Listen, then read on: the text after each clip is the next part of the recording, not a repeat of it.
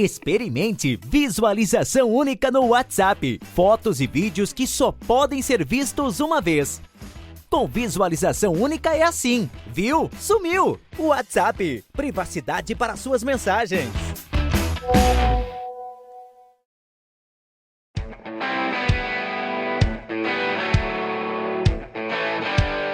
Bem-vindo ao Leadercast, um podcast para quem quer saber mais sobre liderança.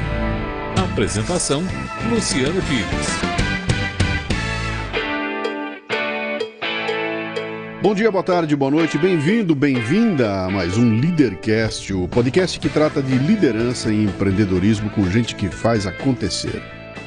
Hoje eu converso com Bruno Teles, um educador que sai de Sergipe para se tornar professor na Oral Roberts University, nos Estados Unidos, nas disciplinas de International Business, International Marketing e International Finance. É mole, cara. Mas não é só isso, não. Ele coordena um projeto no interior do Brasil que, bom, é melhor você ouvir o programa. Este não é um programa de entrevistas, não tem perguntas programadas e nem roteiro definido. É um bate-papo informal, com gente que faz acontecer e que vai para lugares onde nem eu nem meu convidado imaginamos. Então, não vá me escrever para dizer que eu falo tanto quanto fala o convidado. É um bate-papo, não é entrevista. O Leadercast é lançado por temporadas. Os assinantes da Confraria Café Brasil e do Café Brasil Premium têm acesso imediato à temporada completa. Os não assinantes receberão os programas gratuitamente, um por semana. Saiba mais acessando cafebrasil.top. Muito bem, mais um Leadercast. Let's speak in English or Portuguese, ok? Eu vou conversar hoje com uma pessoa muito interessante aqui, que já conhece, aliás, é fã e é ouvinte do Leadercast há bastante tempo. Entrou em contato comigo por e-mail, vou estar por aí, tô aí pertinho, no interior do Sergipe, né? E posso dar um pulo aí pra gente conversar? Eu falei, vem, cara. E aí a hora que eu converso, cheio de café no bule, a gente vai fazer um programa aqui que promete bastante. Aquelas 3 perguntas que você já conhece, que são as fundamentais: seu nome, sua idade e o que é que você faz. Olha, meu nome é Bruno Teles, eu tenho 40 anos e eu sou professor e consultor de negócios. Aonde? Em Tulsa, Oklahoma, lá nos Estados Unidos. Tulsa, Oklahoma. Eu me lembro de Tulsa com uma música que fez muito sucesso com Eric Clapton chamada Tulsa Time. Well, I left Oklahoma, driving in a Pontiac, just about to lose my mind. Não conhecia essa música. É isso aí, é o que fazia. É a lembrança que vem pra mim, né? Vamos começar do começo, tá? Você nasceu onde? Eu nasci em Belém do Pará. Pará, cara. Belém do Pará. Eu adoro ir pra Belém, cara. Eu gosto muito do Pará. Nasceu em Belém do Pará. Seu pai fazia o quê? Sua mãe? Olha, o meu pai, ele sempre trabalhou para a indústria petroquímica, entendeu? E minha mãe era dona de casa. Uhum. E eu tinha 14 dias de vida, a gente se mudou para São Paulo, aí fiquei aqui até os 5 anos de idade, depois ele foi transferido para Aracaju, Sergipe, fiquei lá dos 5 até os 32 anos. Então você é um sergipano de... Eu falo oxente, eu falo pega, vixe, eu falo essas coisas. E aí, seu pai lá continuou na carreira, sempre no petróleo, é isso? Isso, na Petrobras, ele trabalhava para a Petrobras, saiu um tempo, montou um negócio, não deu muito certo, voltou para a Petrobras, aí se aposentou. Sim. E você queria fazer o que quando crescesse? Rapaz, olha, quando o meu colégio, o colégio que eu estudei lá, era um negócio meio estranho, porque lá eles diziam que só direito ou medicina que podia fazer, era um colégio exclusivo. Então, medicina eu não queria, que eu tinha pavor de sangue, então não tive muitas opções, foi pro direito. Então, desde a 7ª série eu queria fazer direito. E acabei entrando na universidade de direito, tudo certinho, só que no 2º ano de direito, tinha uma colega de classe que ela era supervisora de uma escola particular lá. E aí ela me viu apresentando os projetos na sala. Ela disse, Bruno, olha, tem uma professora que está grávida. Tinha como você substituí-la na licença maternidade? Que idade você tinha? Tinha 19. Tinha como você substituir na licença maternidade? Eu disse, beleza, eu vou. Aí eu fui, e quando eu fui substituir na licença maternidade, que eu entrei na sala de aula, comecei a dar aula de história, rapaz, foi... O bichinho picou você. Pegou de jeito. Pegou tanto de jeito que eu resolvi trancar direito e fazer vestibular para história. Aí nisso, Com a ideia de ser professor. com a ideia de ser professor de história. Com isso, meus pais, eles quase que me mataram, né? Eu não acredito num negócio desse. Você vai trancar direito para você fazer história. E eu fiz vestibular, passei até em primeiro lugar em história, na Federal de lá. E meus pais chegaram e disseram o seguinte: vamos fazer um acordo. Você vai fazer um estágio na área de direito. Se você não gostar, tudo bem. Vá fazer o que você quiser. Mas se você gostar do direito, vá ser professor e vá dar aula de direito, mas pelo menos faça direito. Então, a contragosto, eles conseguiram me arrumar um estágio com um promotor de justiça. Eu fui para a vara de homicídios dolosos. E aí eu gostei. Eu disse, pô, até que é legal, a prática é legal. Então, eu vou voltar pro direito. Aí eu cheguei, estava nesse período, né? E meus pais, eles disseram o seguinte: agora tem um problema, meu filho. Você estava fazendo direito na particular. Você resolveu trancar. Muita gente queria estar no seu lugar. Então, como você já trabalha, como a gente tem que ter responsabilidade pelos nossos atos, a gente não vai mais pagar a sua faculdade. Você que pague. Você que pague. Rapaz, isso foi um estímulo tão grande para eu passar na Federal. Entendeu? Aí Tem irmãos? tenho uma irmã. Uma irmã, sim. Uma irmã. Aí foi um estímulo tão grande, eu me lembro que isso foi em setembro, tal, do ano. E aí eu disse, não, eu vou estudar para Federal, vou passar na Federal. E nisso que eu tava... Para continuar, você trancou e na volta você foi para tentar para uma federal. Isso. Tá certo. Aí, isso aqui tem uma parte interessante nessa história, porque como eu gostei do direito, eu pensei, pô, tô gostando desse negócio, então eu quero arrumar um estágio na melhor banca de advocacia que tem aqui no estado. E aí eu perguntei pro promotor o seguinte: olha, você escreveria uma carta de recomendação para eu conseguir um estágio nesse escritório de advocacia? Ele: eu escrevo, sem problema. Bruno, faz o seguinte, vá lá no escritório pra você pegar o endereço. Naquele tempo não tinha, agora que eu tô me tocando, naquele tempo não tinha internet. Então eu tive que ir no lugar para pegar o endereço do lugar. E aí quando eu passei assim de carro, me deu uma louca. E aí poxa, por que eu vou depender de uma carta de recomendação? E se eu descer aqui e pedir para eles? Possa ser que eu consiga o estágio aqui. Sim. E aí eu entrei lá e pedi para a secretária e disse, olha, eu queria falar com um dos sócios. Ela disse, não pode e tal, isso aqui você tem que marcar a hora. O que o senhor deseja? Eu digo, não, eu queria um estágio aqui.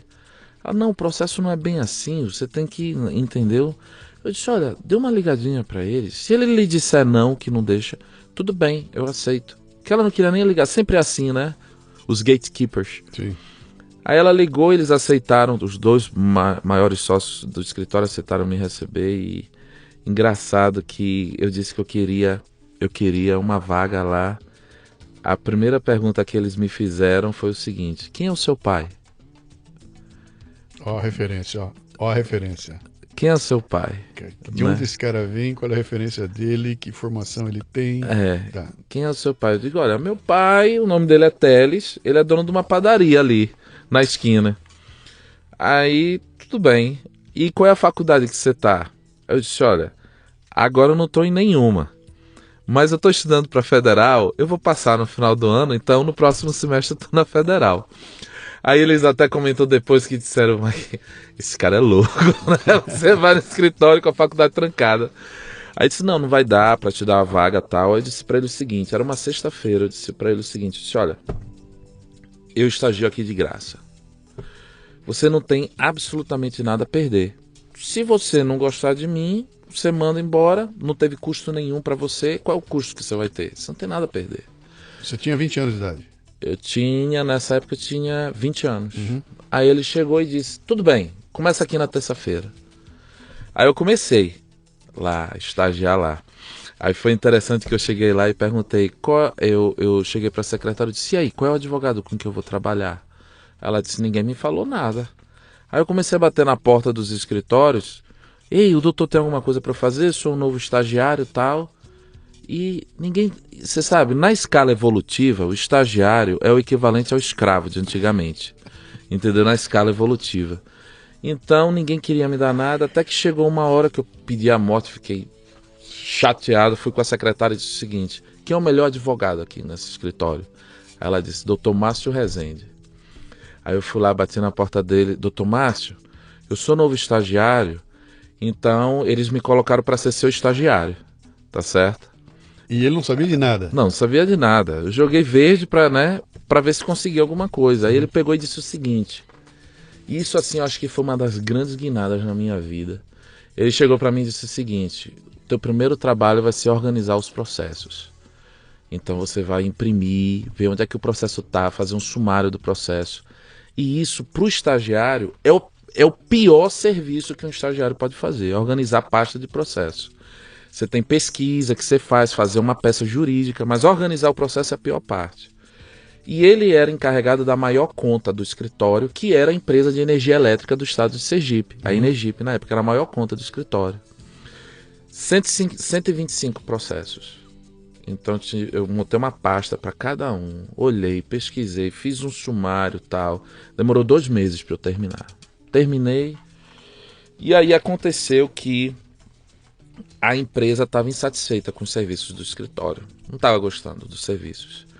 E o presidente da empresa, com a diretoria da empresa e a chefe do departamento jurídico na época, ela disse: a gente quer uma reunião com vocês amanhã, porque não estamos satisfeitos com o serviço, queremos levar a conta para outro escritório.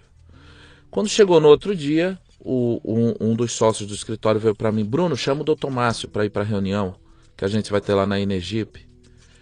Aí eu disse: olha, o Dr. Márcio viajou para o Rio de Janeiro, porque ele era procurador do estado também. Ele viajou para o Rio de Janeiro, ele não está aqui.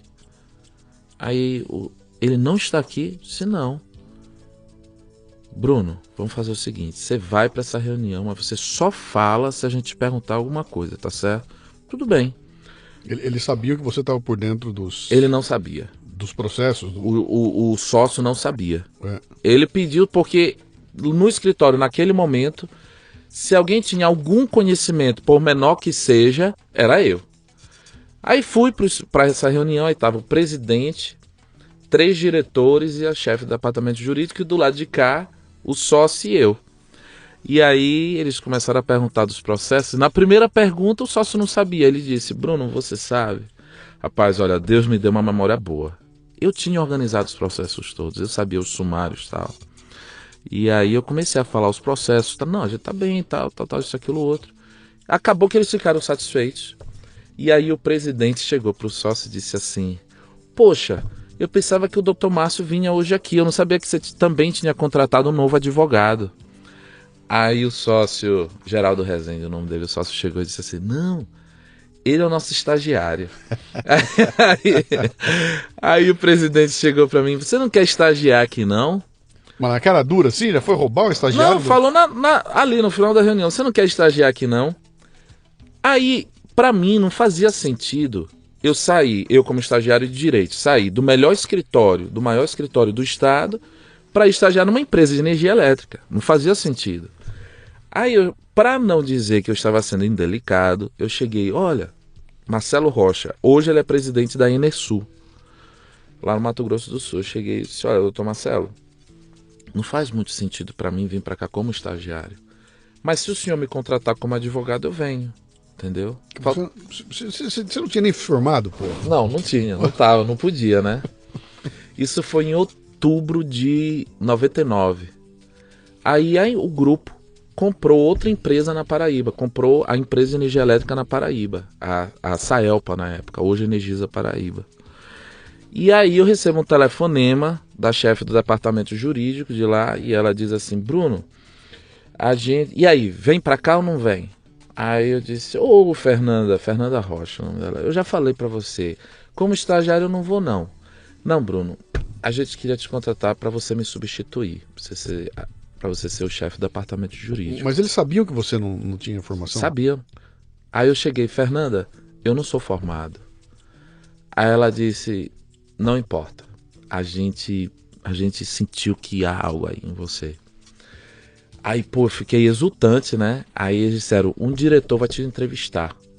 Aí me preparei para a entrevista, eu preparei minha estratégia. Eu fiz toda uma pesquisa do quanto é que ela ganhava, e eu pensei: pô, eu não vou com muita sede ao pote, eu vou cobrar 70% do que ela estava ganhando. Que mesmo assim, era muito dinheiro naquela época, assim, para um estagiário, eu tinha 22 anos, 23 anos na época. Aí eu fui para a entrevista e a parte técnica foi numa boa, tal, isso, aquilo, outro. Aí, depois de 2 horas de entrevista, ele me perguntou, e aí, quanto é que você quer ganhar? Aí eu falei. Na época, isso foi no ano de 2000. Na época eu quero 3.000 líquido. 3.000 líquido há 17 anos atrás, para um estagiário, era uma pequena fortuna. Aí eu me lembro o diretor olhando para mim, você tá louco? Os meus engenheiros, eles não ganham isso, os engenheiros que entram aqui, você não é nem formado. Aí eu disse para ele o seguinte, olha, mas eu tô calculando aqui o trabalho que você espera que eu desenvolva. E o trabalho que você espera que eu desenvolva não é de um estagiário, é de um chefe do departamento jurídico. Aí ele disse, não aceito isso. Você não reconsidera? Eu disse, não. Eu vou lhe dizer por que eu não reconsidero. E eu acho que foi Deus que colocou essas palavras na minha boca. Eu disse, olha, só existem 2 pessoas que conhecem os processos a fundo da Energisa. Um é Dr. Márcio. Só que ele é procurador do Estado. Ele não vai largar a Procuradoria do Estado para vir se tornar o teu gerente do departamento jurídico. Então, você não tem 2 pessoas, você só tem a mim.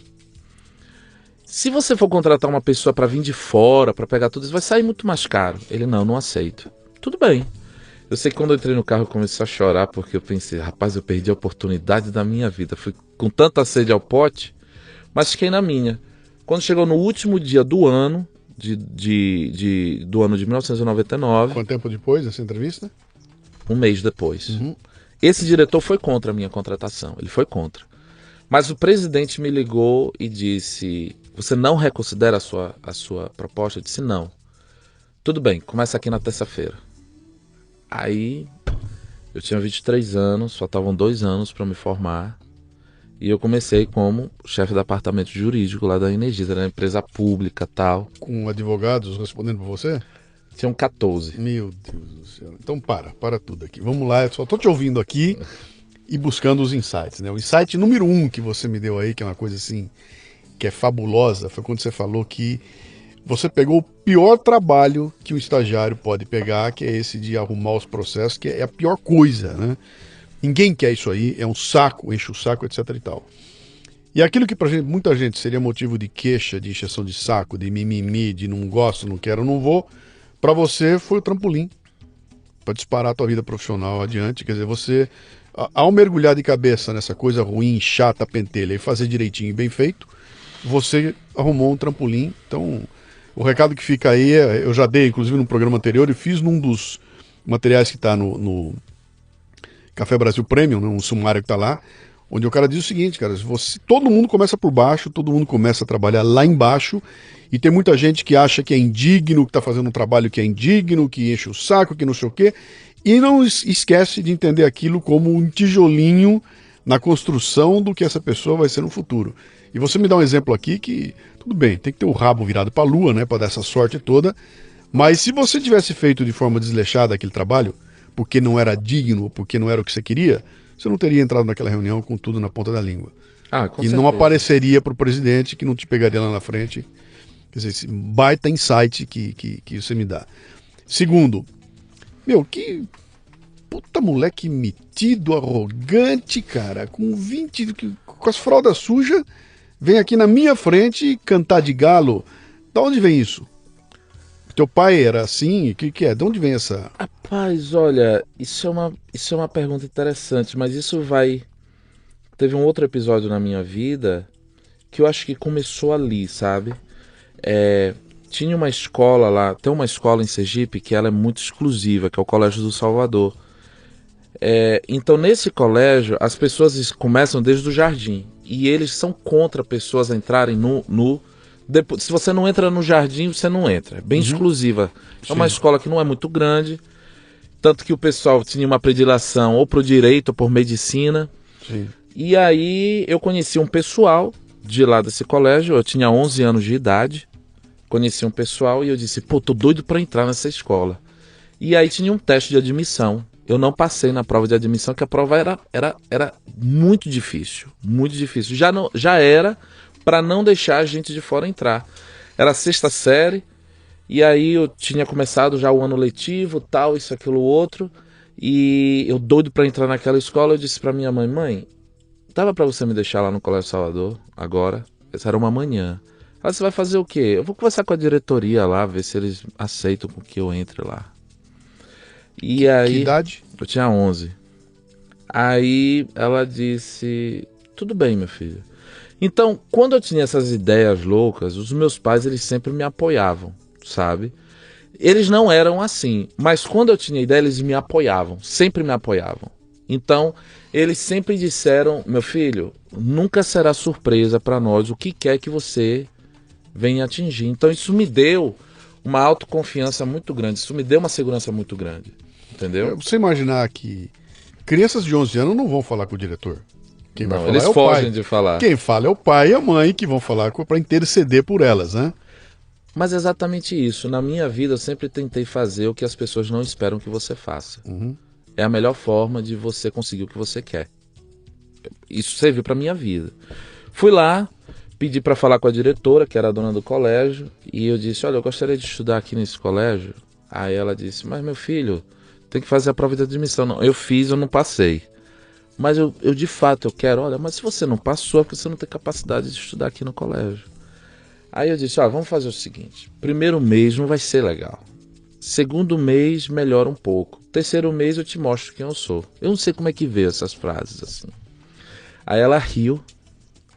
Eu nunca vou esquecer, ela olhou pra mim e ela disse assim, cadê teus pais? Aí eu olhei pra ela e disse, quem que vai estudar aqui? Sou eu ou os meus pais? Isso foi de manhã. Aí ela disse, começa a estudar aqui hoje à tarde.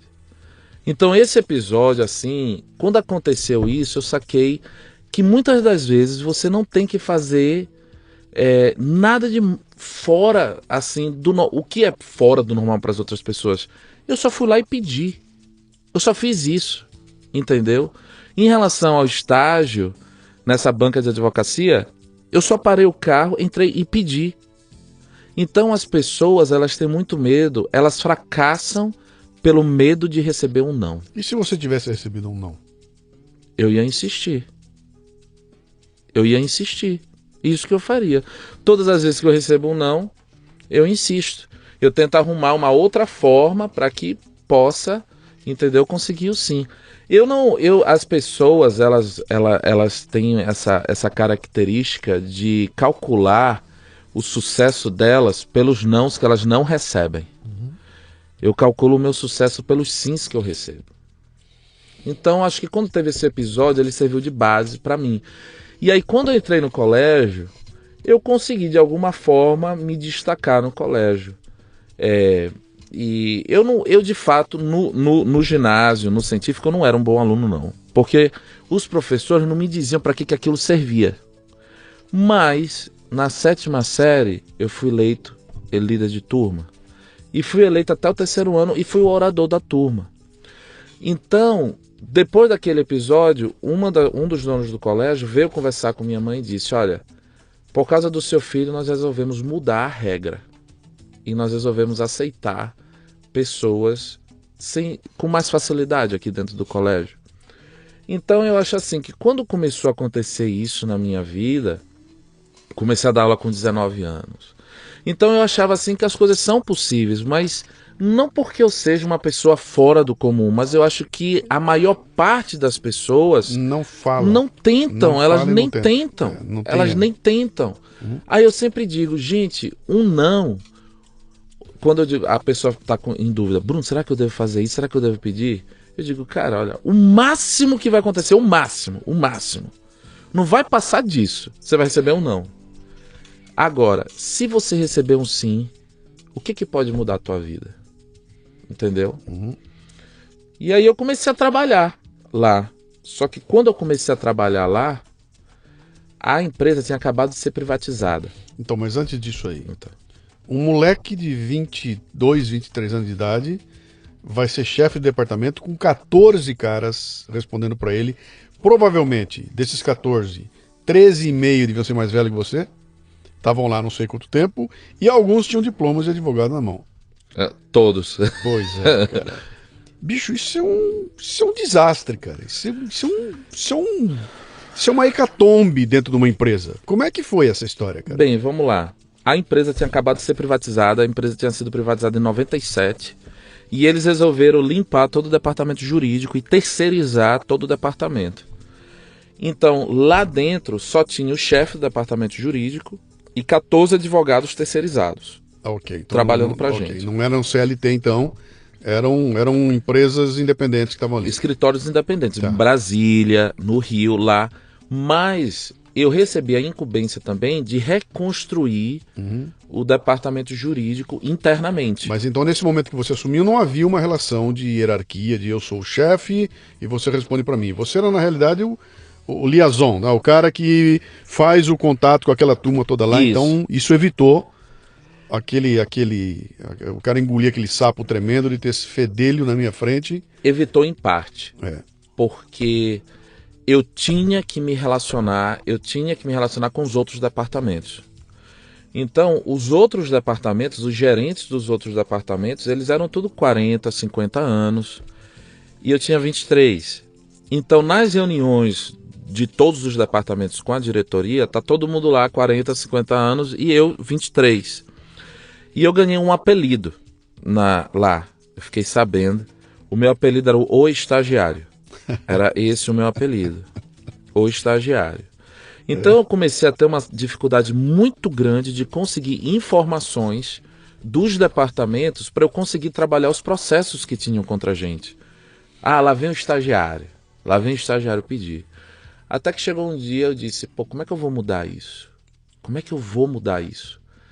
E aí eu fui com cada chefe de departamento e eu disse, sentei na frente deles e disse assim, olha, eu tenho 23 anos, eu não sou nem formado, tá?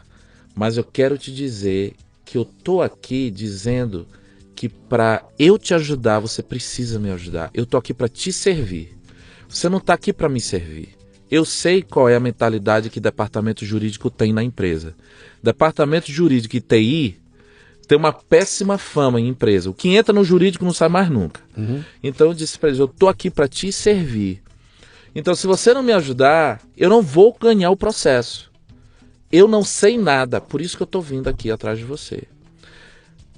Primeiro, para eles foi um choque, o jurídico vir até eles e não eles irem até o jurídico.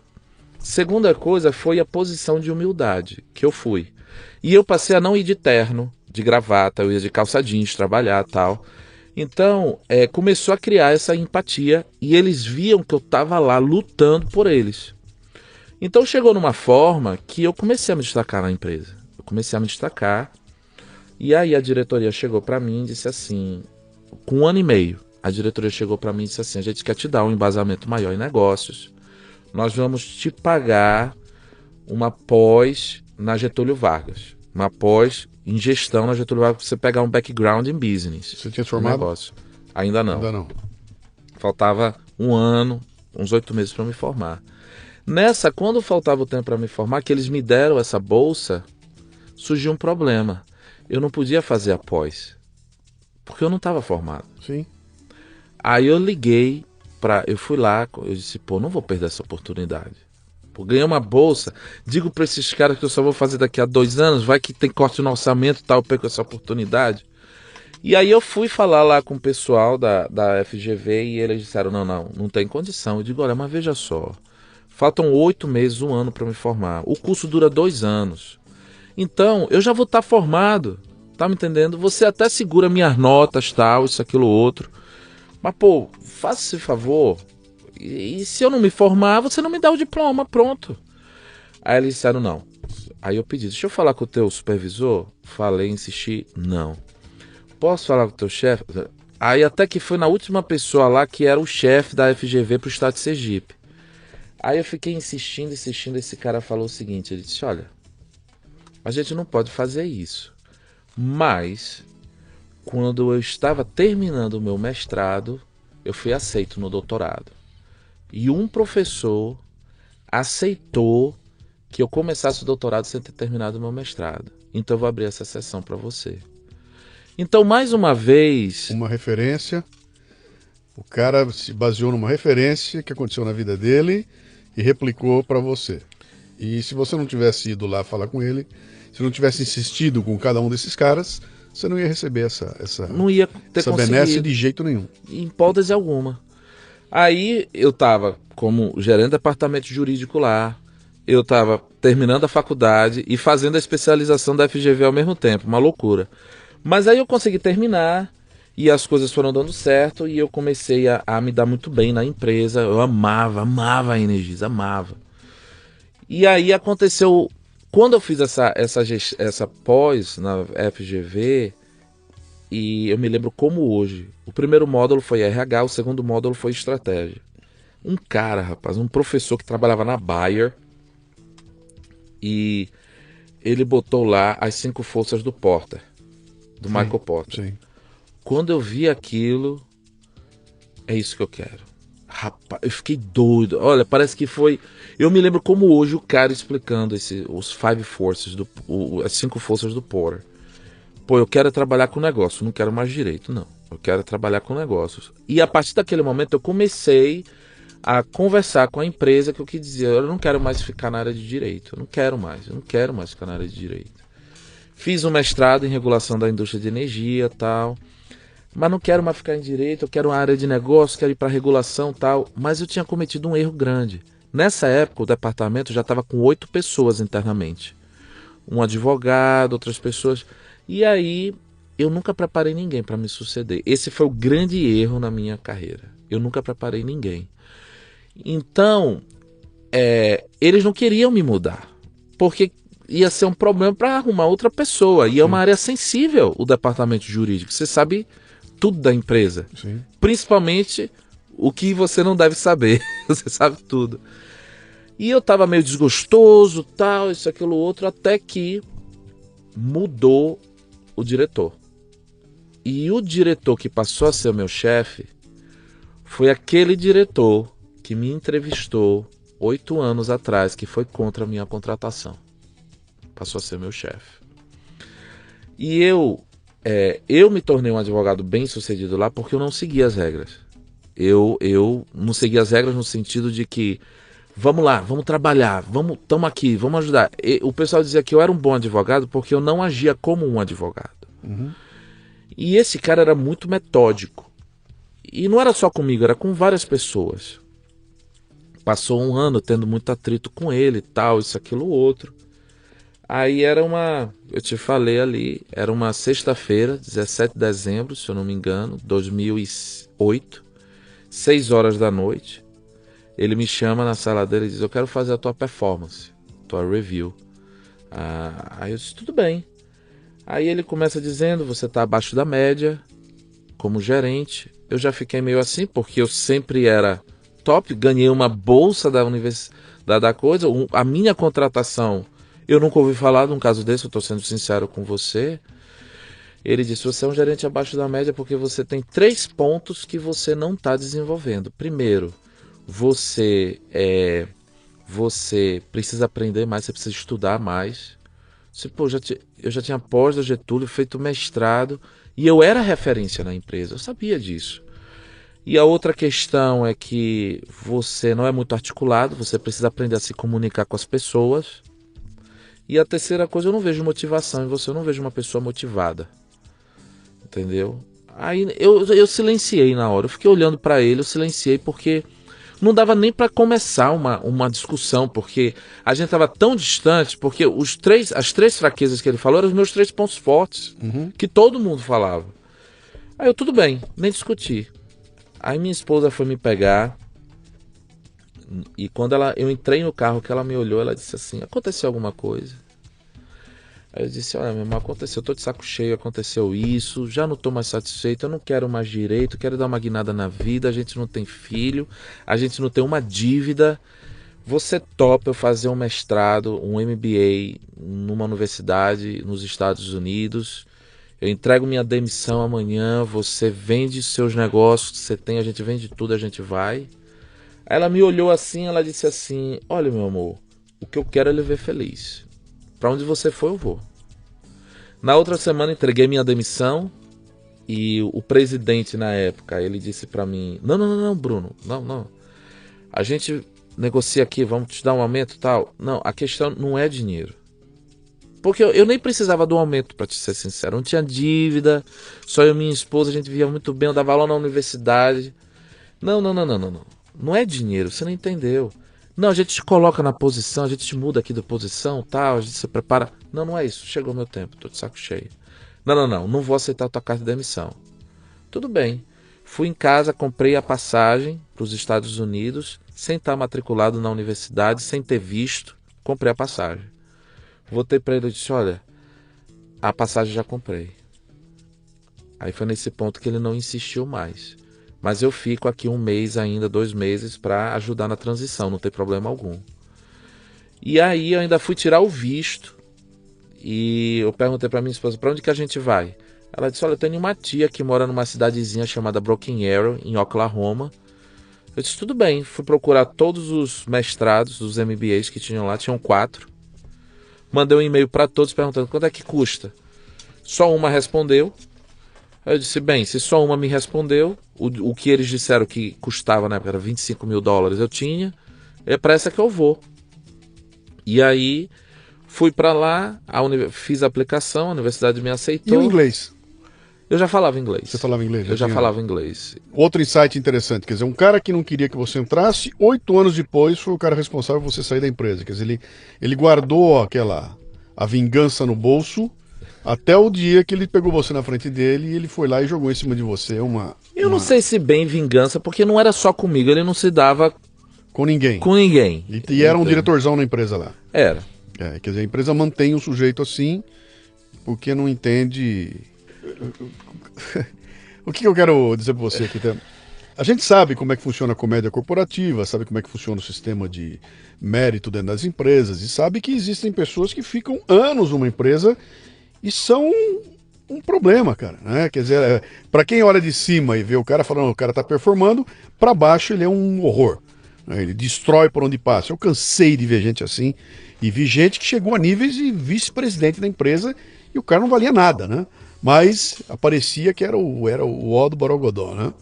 De certa maneira, isso é um grande desestímulo. As empresas desestimulam as pessoas boas a seguir adiante quando olha e vê que, pô, o que esse cara tá fazendo em cima, né? Esse cara vem mandar em mim com essa empáfia e eu sei que o cara não tem bala na agulha e, no entanto, ele tá aí, tá se tendo uma posição e influencia todo mundo que tá em volta dele para baixo e pro mal. Isso, de certa maneira, explica porradas e problemas que a gente vê acontecendo nas empresas aí, né? Esse é um insight importante. Mas aquela outra história de, cara, joga tudo pro alto e eu vou embora. Pra onde? Não sei. Fazer o quê? Também não sei. Né? Bicho, tem que ser muito... Você não tinha filhos. Não tinha, isso ajuda Isso é muito. uma sorte, né? Sua esposa trabalhava Tinha 2 lojas. 2 lojas. E ela ia vender as lojas e você pegar as coisas e ia para os Estados Unidos Isso. no escuro. Isso. Né? E aí, cara, como é que se toma uma decisão dessa? Só voltando ao diretor, 2 coisas que eu gostaria de falar. Primeiro, eu agradeço muito a ele. Porque se ele não tivesse agido... Eu amava tanto a Energisa, eu amava tanto aquela empresa, que tinha que ser algo muito forte para me tirar de lá. E ele foi capaz de fazer isso. A segunda coisa é que 2 meses depois que eu saí... outra coisa. Quando eu decidi pedir a demissão, eu fui com todos os gerentes de departamento e eu disse, olha, eu estou pedindo demissão. E eu estou pedindo demissão porque na minha performance ele me disse essas 3 coisas. Então eu comuniquei a todos os gerentes a razão pela qual eu estava saindo e fui falar com o presidente também. Eu disse, olha, eu estou saindo por causa dele, tá? Não é por nada, é por causa dele. Eu sei que 2 meses depois tiraram a diretoria dele. Não sei se isso teve... Eu de fato eu não sei, tá? Hoje, há 1 ano atrás ou 2 anos atrás, ele voltou a ser diretor, mas ele passou um tempo aí sem ser Na diretor. geladeira, sim. Entendeu? Espero que alguém tenha dado para ele o feedback igual ele te deu. Então, pode dizer onde é que a coisa pegava. Em relação a ir pro exterior, eu achava o seguinte, eu sempre achei que... Que idade você tinha? eu tinha 32. Já não era um moleque, cara. Eu não era um moleque, mas aí eu pensei o seguinte, o pensamento que passou na minha cabeça é o seguinte: eu não tenho filhos, eu não tenho dívida, tenho um certo capital, tenho uma esposa que me apoia. E a hora é agora. A hora é agora, eu não vou ter outra chance. Foi isso que passou na minha cabeça na hora. E aí eu fui aceito na universidade, eu fui pra lá, e quando eu cheguei lá, você não pode trabalhar, porque você tá no visto de estudante. E aí eu pensei o seguinte, eu disse, poxa, eu tenho que fazer dinheiro. Como é que eu vou fazer dinheiro aqui se eu não posso trabalhar? Eu só vou conseguir fazer dinheiro aqui se eu receber dinheiro no Brasil. Aí, rapaz, eu tava dormindo e eu acordei, e eu lembro a hora exata, 2h14 da manhã. Eu acordei com uma ideia. Poxa, eu tenho meu conhecimento todo sobre o Brasil e eu tô aqui. E eu sei tudo como que funciona lá. Sou advogado, conheço negócios. Então, empresas daqui que queiram investir no Brasil, eu posso ser um excelente consultor para elas. Eu me lembro que eu me levantei, fui no Google e digitei Companies, Tulsa, Brasil. Digitei essas 3 palavras. O primeiro resultado na página do Google foi, em inglês, né? Primeiro seminário Como Fazer Negócios com o Brasil. Na Universidade de Tulsa, era uma outra universidade lá. Disse, pô, qualquer empresa que tiver lá vai ser um potencial cliente para mim. Imprimi, fui num Kinko's, imprimi uns cartõezinhos de negócio. Fui para esse seminário, eu disse, bem, não vai dar para falar com todo mundo. Eu vou focar naquele pessoal que fizer mais perguntas. Porque quem fizer mais perguntas, Sim. esse está interessado. Sim. Consegui falar com 3. Porque não dava para falar com todo mundo, né? Me apresentei, olha, sou consultor e a vantagem que eu tenho é que eu tô aqui, mas eu conheço tudo do Brasil lá. E aí uma das empresas me ligou e eu consegui um contrato bem legal para abrir a filial deles aqui no Brasil. Mas você não podia trabalhar, pô. Aí que tá. Eu não podia trabalhar. Vamos ao balão, vamos lá. Vamos lá. Vamos ver o balão do brasileiro, vai. Eu disse, eu não posso trabalhar aqui, eu não posso receber. Trabalhar é você receber compensação. Então eu disse para a empresa, olha, você me paga no Brasil. Pronto. Contrataram você como se fosse um consultora lá no Brasil. Isso. E por acaso estava lá. Estava lá. Certo. Então não tinha nenhum problema legal. E eu não sabia que essa empresa, o nome dessa empresa é Osseco. A filial dela hoje é em Salvador. Eu consegui abrir a filial lá em Salvador. E eu não sabia que era parte de um grupo britânico de 50 e tantas empresas. Aí eles gostaram tanto do modelo que eu botei para eles abrirem aqui no Brasil, que pediram para eu falar isso para os outros CEOs de 8 outras empresas deles, entendeu? Acabou que deu muito certo.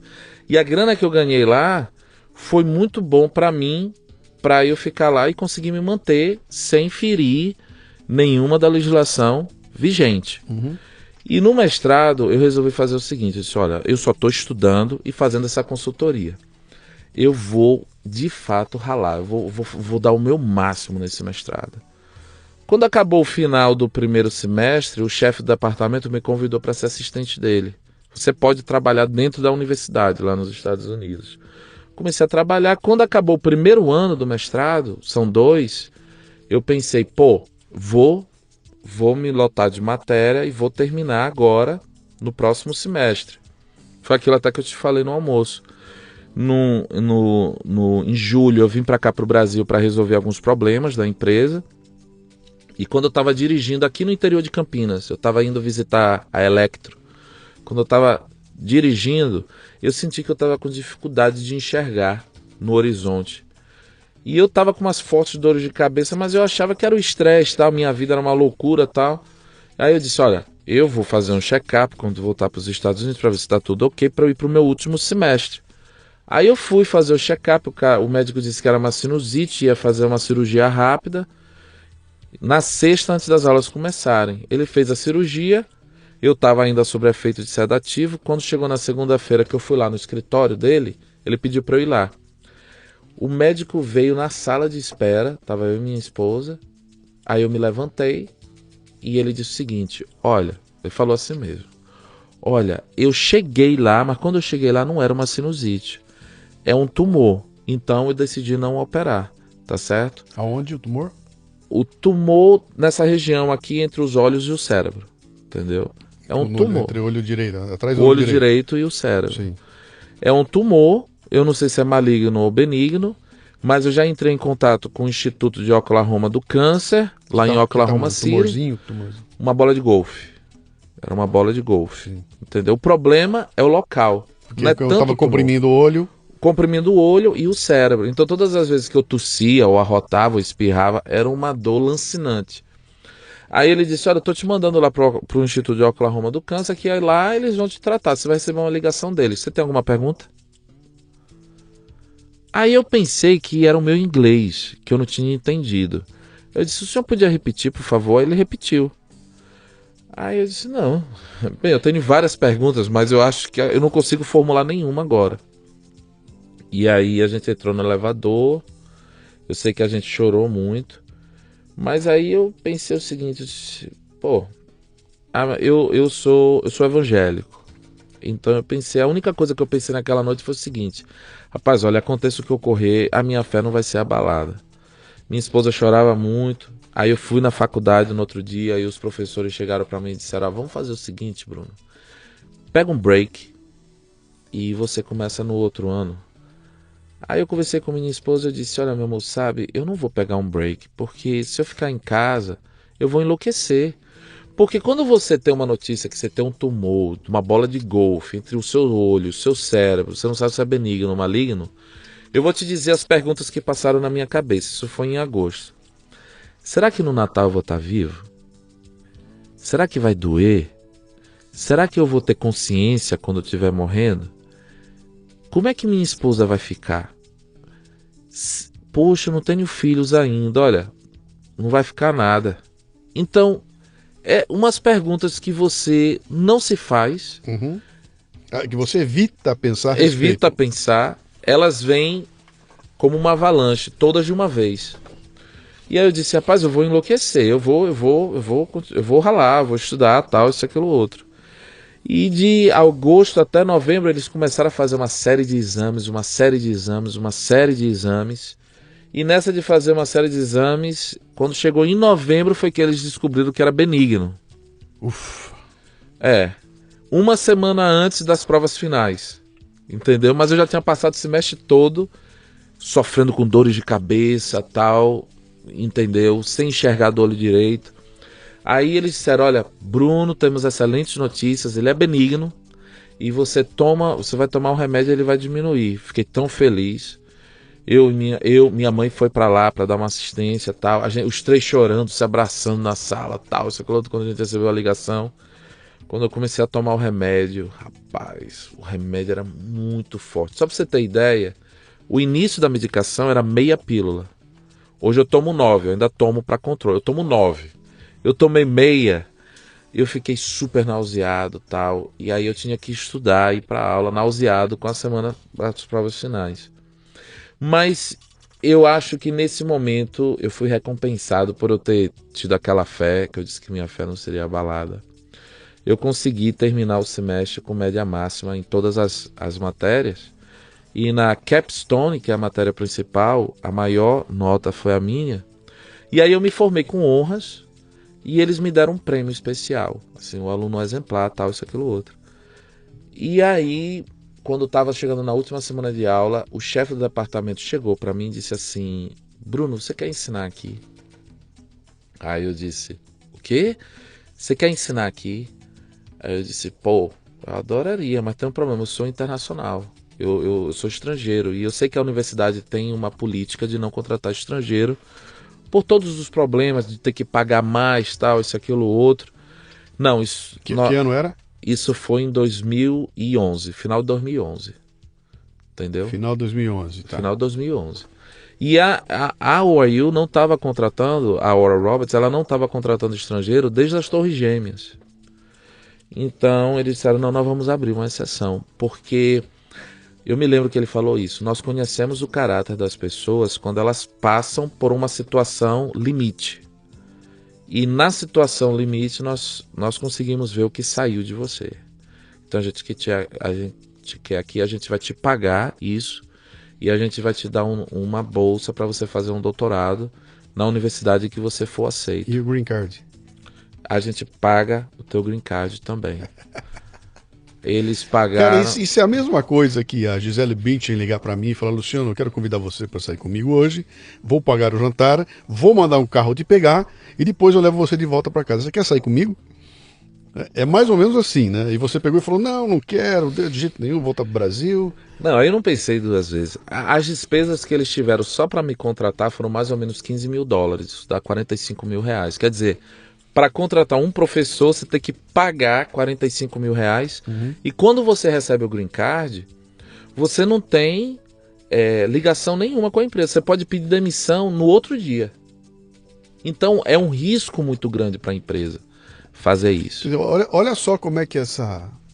Eu estou tentando definir aqui essa você e tua vida, eu não consigo encontrar, mas olha que paralelo interessante, cara. Aquele estagiário que pegou o pior trabalho que tinha na empresa, que para todo mundo é um horror, vai, faz o trabalho e aquilo vira para ele a fonte que bota ele na frente de um presidente da empresa e faz o resto da tua carreira seguir. E aí ganha de presente um tumor no cérebro, que isso é a pior coisa que você pode imaginar, que qualquer pessoa... E aquele tumor no cérebro, a maneira como você vence o tumor e sai dele, mostra para os caras que você era o cara certo que eles podiam ter lá e recebe um convite. Quer dizer, se não tivesse tido o tumor e você não tivesse passado por aquilo, talvez esse convite não aparecesse. Talvez não aparecesse. No final das contas. Eu tenho quase certeza que não apareceria. Mas eu acho que vem mais uma questão. As pessoas, elas tendem a magnificar os problemas que elas passam na vida. E, poxa, tem esse ditado no Brasil que eu amo, fazer de um limão uma limonada, entendeu?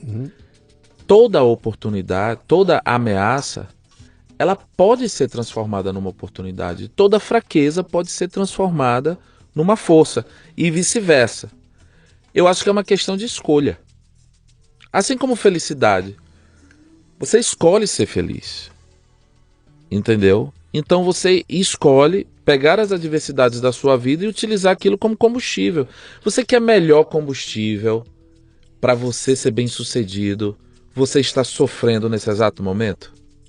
Pô, se eu ralar, eu saio dessa. Então, eu acho que a matriz SWOT que a gente estuda tanto, né? Eu acho que toda ameaça é ótima, porque me mantém ativo. Você tá me entendendo? E aí você vê, por exemplo, você pega um astro de rock, um jogador de futebol, a gente não consegue entender quando ele chega no ápice do sucesso, começa a fazer um bocado de besteira. É justamente isso, porque eles ficaram naquela zona de conforto. Eu quero ter problemas na minha vida, porque eu sei que eu vou avançar, entendeu?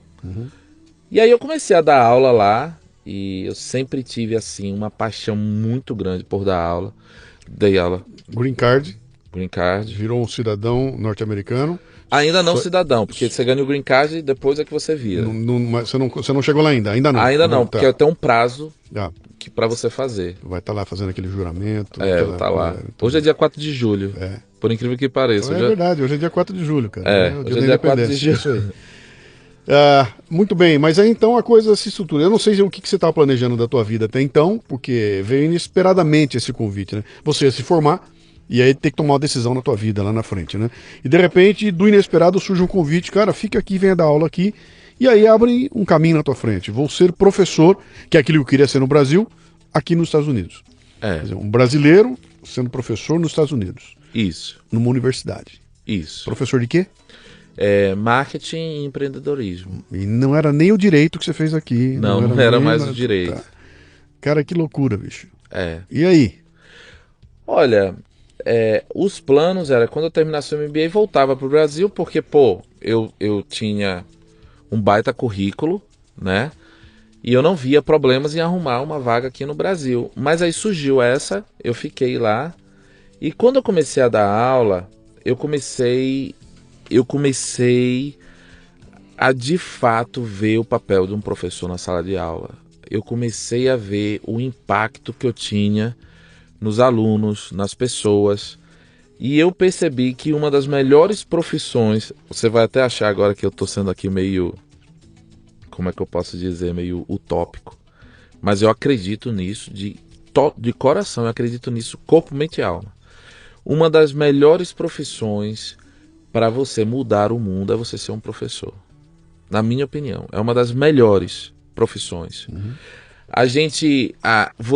Você começa um relacionamento já numa posição de autoridade. Então você já tem, sem você fazer esforço algum, você já tem uma certa influência no aluno, só pela tua posição. E se você buscar fazer um pouquinho diferente do que todos os outros professores fazem, você vai se tornar uma lenda para eles. Eu ganhei o prêmio de melhor professor da Escola de Negócios no ano passado. Eu ganhei esse prêmio. E os alunos, eles colocaram coisas assim. Ele sabe o meu nome. Ele sabe qual é o meu sonho. Ele conversa comigo. Aí veja só, você para olhar, essas foram algumas das razões porque eu ganhei o prêmio. Mas todas essas coisas, elas não são nada fora do comum. Não, e o mais interessante é o seguinte, eu já fiz um texto, acho que eu fiz até um programa a respeito aí, que eu faço uma brincadeira com as pessoas, do seguinte: pensa, se você já se formou e está trabalhando, você tem pelo menos 17 anos de educação formal na tua vida, ficou para trás. Nesses 17 anos, passaram por você 100, 200, 300 professores. Me fala o nome de 5 que você acha que foram os caras que impactaram tua vida para sempre. É difícil encontrar alguém que diga 5 nomes. Então fala 3. 3 é mais fácil, né? Me digam quem são os 3. Foi a doutora Mariquinha, que era professora de geografia, foi o professor João, que era professor de matemática. E aí você vai especular o porquê que essa pessoa te marcou, e nenhuma delas marcou porque era bom na matéria que ensinava. O cara não tinha nada a ver com a aula de matemática. Ele marcou porque ele se importava comigo, ele marcou porque ele queria que eu fizesse sucesso, ele marcou pela proximidade que teve comigo. Então é sempre um atributo que tem a ver com a relação interpessoal que o professor faz com aquele aluno e não tem a ver com a matéria que ele está dando lá. Entendeu? A matéria é secundário, né? Eu não vou guardar para o resto da vida nenhum professor porque ele foi o melhor professor de geografia que eu tive na vida. Não. Eu guardei porque esse cara se aproximou de mim de um jeito que outros não se aproximaram. Quer dizer, é um atributo que a escola não ensina para você isso aí, né? Você não tem aula de relação interpessoal com aluno, pô. Eu nunca tive aula de pedagogia, mas eu faço algo com os alunos que virou uma espécie de lenda urbana lá na universidade. Todo começo de semestre eu tenho minha assistente e ela faz a agenda dos alunos que eu vou me encontrar. Então todo aluno que é novo, eu levo ele para uma coffee shop, uma Starbucks. Eu sento com ele, eu pago um café para ele, eu sento por 20 minutos. Normalmente são 20 minutos. Eu faço 4 perguntas para todo meu novo aluno. De onde você veio? De que lugar? Porque nos Estados Unidos é mais comum você vir de outros lugares para você estudar. Por que você escolheu essa universidade? Por que você escolheu o curso que você está cursando? E quais são os seus sonhos? Eu faço essas 4 perguntas. E eu tenho uma memória boa, então eu consigo manter isso. Então, na sala de aula, eu sempre tento, de todas as formas, no conteúdo, eu fazer alguma conexão com o sonho daquele aluno. Ou de fazer alguma conexão de onde ele veio. Você está me entendendo? A outra coisa que eu faço é o seguinte: todo semestre eu pego os 4, 6 melhores alunos que tiveram durante o decorrer, não só por questão de média, de nota, mas o desenvolvimento, como se relaciona com todo mundo, tal, desempenho nas apresentações. E eu escrevo uma carta para os pais desse aluno.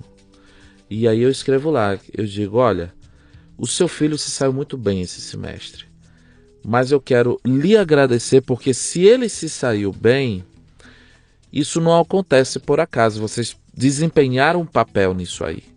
E aí eu quero te agradecer a vocês por ter dado seu filho para a nossa universidade. O seu filho, sua filha é um tesouro para a nossa universidade.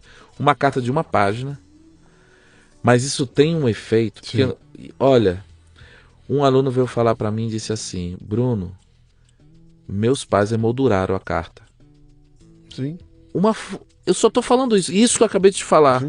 Outros tiram e postam no Facebook. Olha, Deixa eu te mostrar, deixa eu te contar um lance que tem a ver com essa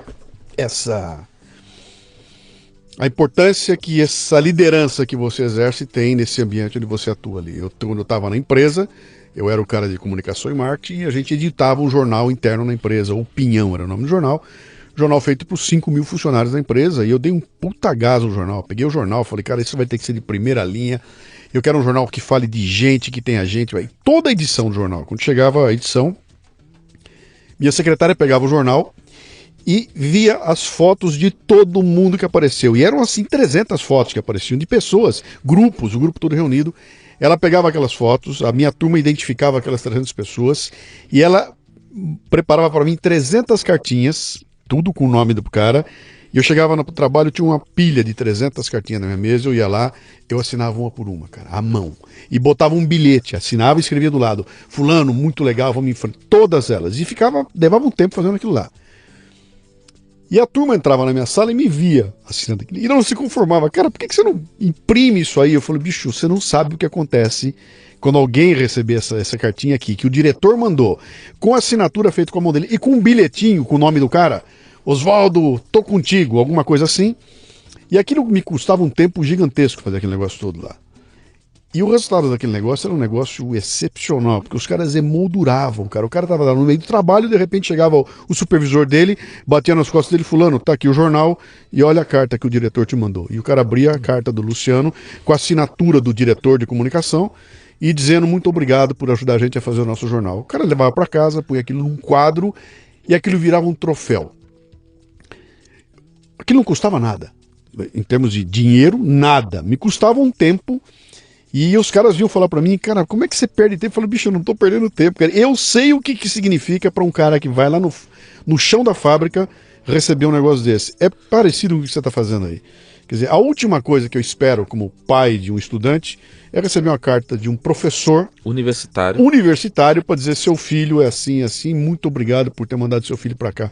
Eu jamais esperaria um negócio desse aí. E quando chega, é um impacto gigantesco. Quer dizer, o insight que eu deixo aqui para você, se você que está ouvindo a gente aqui exerce alguma função de liderança na tua empresa, não importa que função seja, essas atitudes que a gente toma, que são uma bobagem, cara, elas têm um valor tão grande para as pessoas, você não consegue encobrir isso com dinheiro.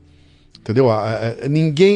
O valor que essa cartinha tem, moldurada e colocada na parede do cara, não há dinheiro no mundo que pague, né? E isso fica gravado para o resto da vida.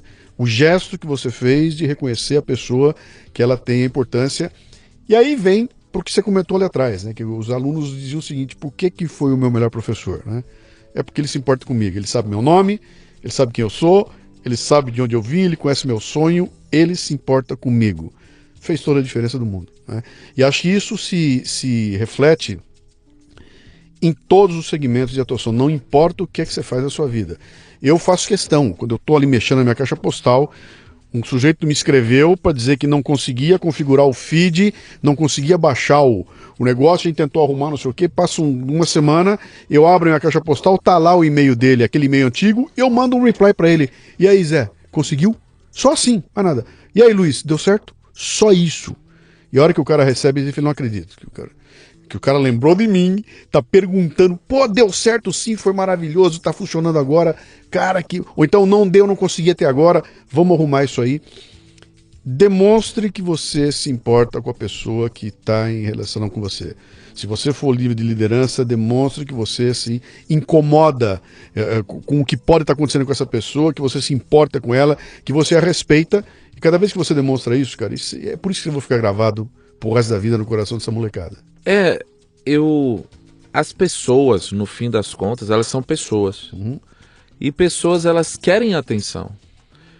E são pequenas coisinhas que a gente faz. Um aluno veio falar comigo e disse assim, esse aluno, ele é um aluno excelente, já se formou, ele é um aluno excelente, mas ele não tem muita habilidade social. Sabe aquele... É um gênio, mas... É um ogro, o ogro. É um ogro. Eu até digo pra ele, rapaz, seja gentil, você precisa de uma mulher, você precisa de uma namorada na sua vida pra lhe ensinar boas maneiras. Você tem um coração legal, mas você precisa. Aí eu sempre falava isso pra ele, aí um dia ele chegou pra mim e disse assim, Bruno, você não vai acreditar. pra começar, eu digo pra todo mundo, me chame de Bruno. Porque lá normalmente se chama Dr. Tellers. Não, me chama de Bruno. Bruno, você não vai acreditar. Eu consegui um encontro.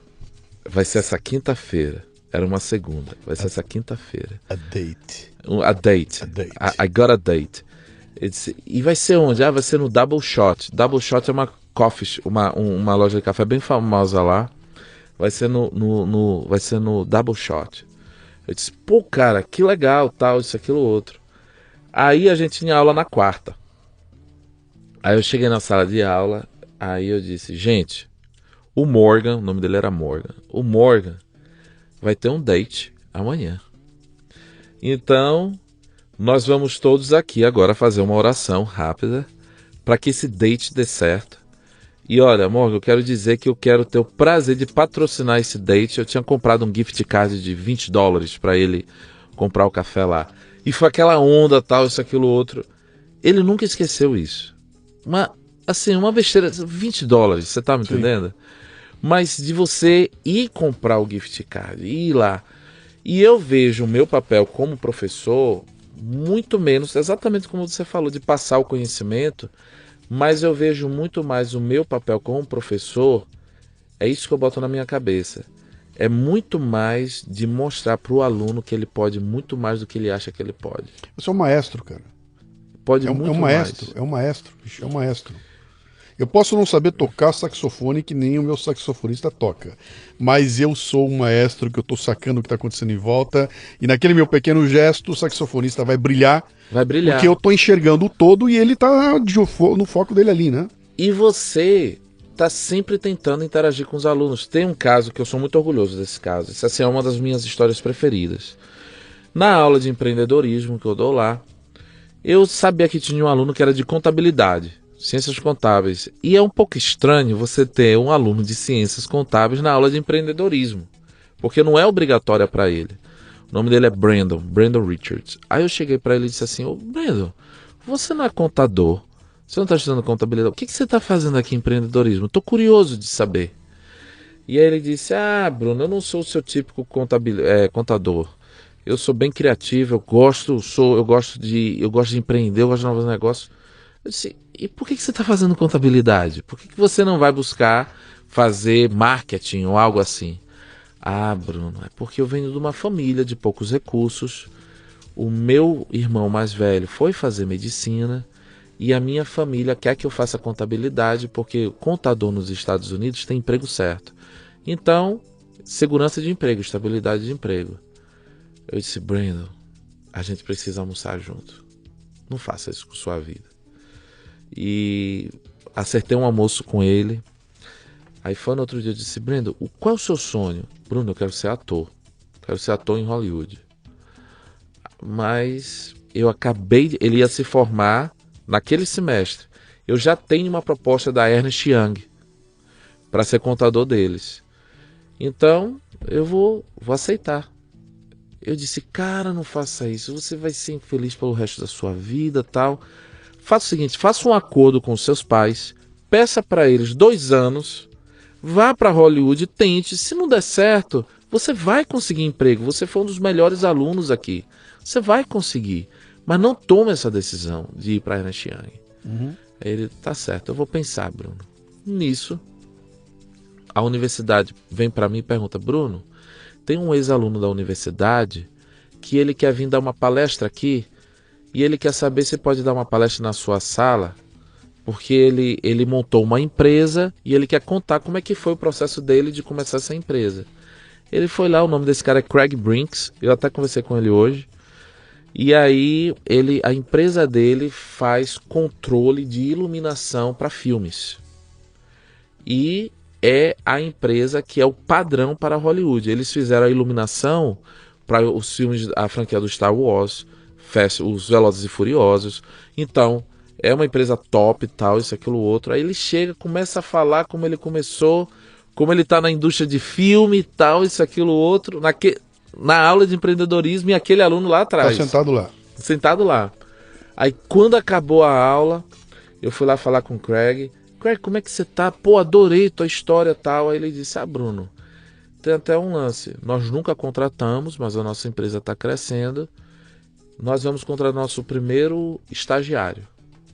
Você tem alguma pessoa que você possa dizer? Chamei o menino. Brandon, vem aqui. Ó, deixa eu te contar uma história, Craig. Ele é um dos melhores alunos de contabilidade que nós temos, mas ele quer ser ator em Hollywood. Então, ele vai ser seu estagiário e você tem os contatos. Ele vai estar perto do Ele vai estar sonho perto dele. do sonho dele, entendeu? Ah, tá, eu vou entrevistá-lo, tal, isso, aquilo, outro. Fez a entrevista, ele passou, ficou lá durante o verão do ano passado, de junho, julho do ano passado, como estagiário. E aí o Brandon me texta, me lança um torpedo e diz: Bruno, eles me fizeram uma oferta para eu trabalhar aqui, como contador. É menos do que a Ernst Young, mas pelo menos Eu tô dentro do eu meu tô ambiente. dentro e eu tô conseguindo algumas audições. Isso que ótimo. Mas ele é muito inteligente. E quando foi em outubro do ano passado, eu recebo uma mensagem do Craig. Ô Bruno, olha, nossa empresa está crescendo muito e eu quero te agradecer por você ter oferecido o Brandon pra gente. Eu tô promovendo ele hoje a controller da empresa. Então, o controle nós sabemos, é o CFO da área de contabilidade. Sim. Então, ele em outubro, ele estava fazendo mais do que na Ernst Young. Uhum. Entendeu? E podendo fazer as Dentro do audições sonho. dele. Vamos ao insight? Qual é o insight importante que acontece aqui? O que o Brandon fez de mais correto nessa história? Ele contou o sonho dele para alguém. Deu a sorte desse alguém ser você, que teve um contato com o outro e que na hora que foi demandado lembrou do sonho do garoto e falou: vou lá. Quer dizer, se você tem essa ideia, eu tenho também uma história legal, e essa característica do programa aqui é isso, não é entrevista, nós estamos batendo papo, né? Eu tinha uma secretária que era minha secretária lá, bicho, um mau humor, que era um negócio lendário na empresa, o mau humor dela. Mas ela tava lá, tocava a vida dela e tudo mais. E eu não sabia, mas o grande tesão da vida dela, cara, eram as ações com creches e tudo mais. Eu não sabia, tava lá. E um dia a gente precisou de alguma coisa desse tipo aí, a hora que a bicha pegou aquilo e meteu a mão em cima, a mulher desabrochou, né? Fazendo o trabalho com as creches que tinham lá. Ela nunca tinha contado pra ninguém que esse era o tesão da vida dela. E aquilo aconteceu por acaso. E quando aconteceu por acaso, na hora que eu precisei, surgiu a demanda pro meu departamento, falei: cara, quem tem que fazer isso aqui é a secretária. Ela adora isso, mas eu só soube disso porque um belo dia ela me contou. Eu fiquei sabendo que aquele era o sonho dela. Se você não conta para as pessoas daquilo que você quer, aquilo que você gosta, você limitou, ninguém vai adivinhar, né? E aí na hora que surgiu a oportunidade, opa, fulano me falou. Isso eu sempre converso com a molecada, né? Você faz o quê? Ah, eu trabalho na área de... Eu trabalho aqui na área de contabilidade. Qual é teu sonho? Meu sonho é trabalhar no departamento de marketing. Você já contou para eles? Não, como assim? Você já contou para os caras de marketing que o teu tesão é marketing? Ou você não falou para ninguém? Ah, não falei para ninguém. Bicho, fala para eles. Vai perto deles, conta para eles, mostra que você quer ir para lá. Na primeira chance que aparecer, alguém vai lembrar. Pô, tem um carinha aqui dentro, que tá aqui do lado da gente, o carinha é bom, ele já me contou que ele quer vir para cá, e esse é o caminho. Quer dizer, se você não conta o teu sonho para as pessoas, você não abre a oportunidade de repente acontecer essas conexões que você acabou de contar aí, né? Uma outra conexão importante, para a gente partir para a parte final da entrevista aqui. Aí você vai comprar castanha no interior de Sergipe. Eu tinha 20 anos de idade e eu fazia trilha lá em Itabaiana, uma cidade no interior de Sergipe. Fica a 50 quilômetros de Aracaju. E aí eu ia fazer trilha lá e aí o pessoal me falou: olha, Bruno, tem essa vila, esse povoado que vende castanha, muito boa e barata. E aí eu disse: pô, vou lá. Arrumei o tempo e tal, fui lá e vi que era boa, barato, mas era barato por uma razão. Tinha uma exploração muito grande do trabalho infantil e o dinheiro ficava todo na mão dos atravessadores. As situações, as condições de trabalho eram terríveis. Só um detalhe aqui. Você que está me ouvindo aí, já viajou pelo Nordeste, sabe aquela castanha que você compra no aeroporto, aquele pacotinho pequenininho, que custa um cacetão de dinheiro, custa caro pra cacete e é maravilhosa? é dessa que o Bruno tá falando, tá? Ela não saiu lá daquela cidadezinha pelo cacetão de dinheiro que ela custa no aeroporto. Ela saiu por um centavo de nada e no meio do caminho até chegar no aeroporto, todo mundo ficou com esse dinheiro lá, né? Deixa eu te dar a ordem de grandeza, tá? 1 quilo no aeroporto custa R$150, Uhum. tá? Uma pessoa é paga R$40 por dia para produzir 10 quilos.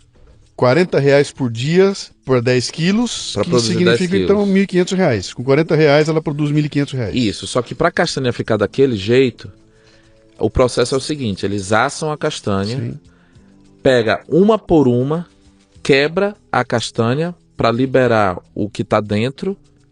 Tem que pegar uma por uma, quebra. Depois que quebra, pega uma por uma e com uma faquinha limpa. Cacetada, bicho. Então, eu vi aquela situação, isso 20 anos atrás, e eu pensei assim, pô, quem sabe um dia eu posso ajudar esse povoado? Quem sabe um dia eu posso ajudar esse povoado? Aí, 15 anos pra frente, eu sou um aluno na universidade e tinha Lá nos lá Estados nos Unidos. Estados Unidos e tinha o nosso clube de empreendedorismo. E o clube de empreendedorismo da universidade busca ter projetos que tenham impacto na sociedade. E aí eles estavam apresentando, eles disseram, olha, nós estamos buscando aqui novos projetos. Na hora que eles falaram, estamos buscando novos projetos, veio o povoado Carrilho, lá de Itabaiana, o nome do povoado é Carrilho.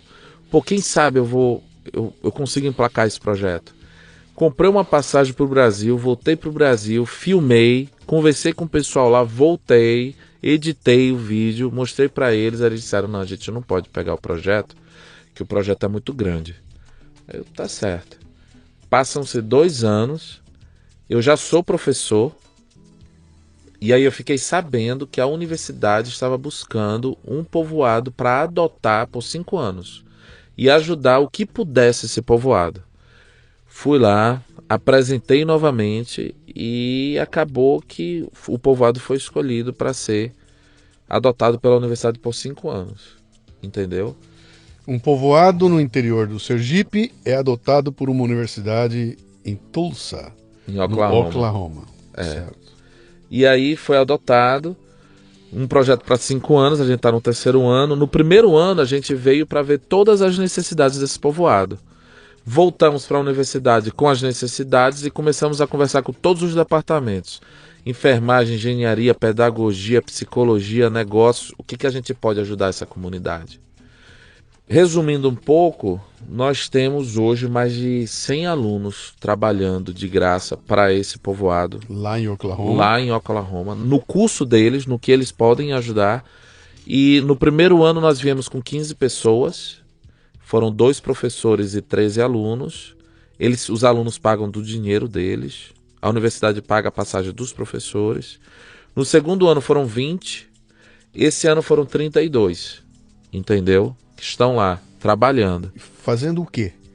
Vou dar um exemplo.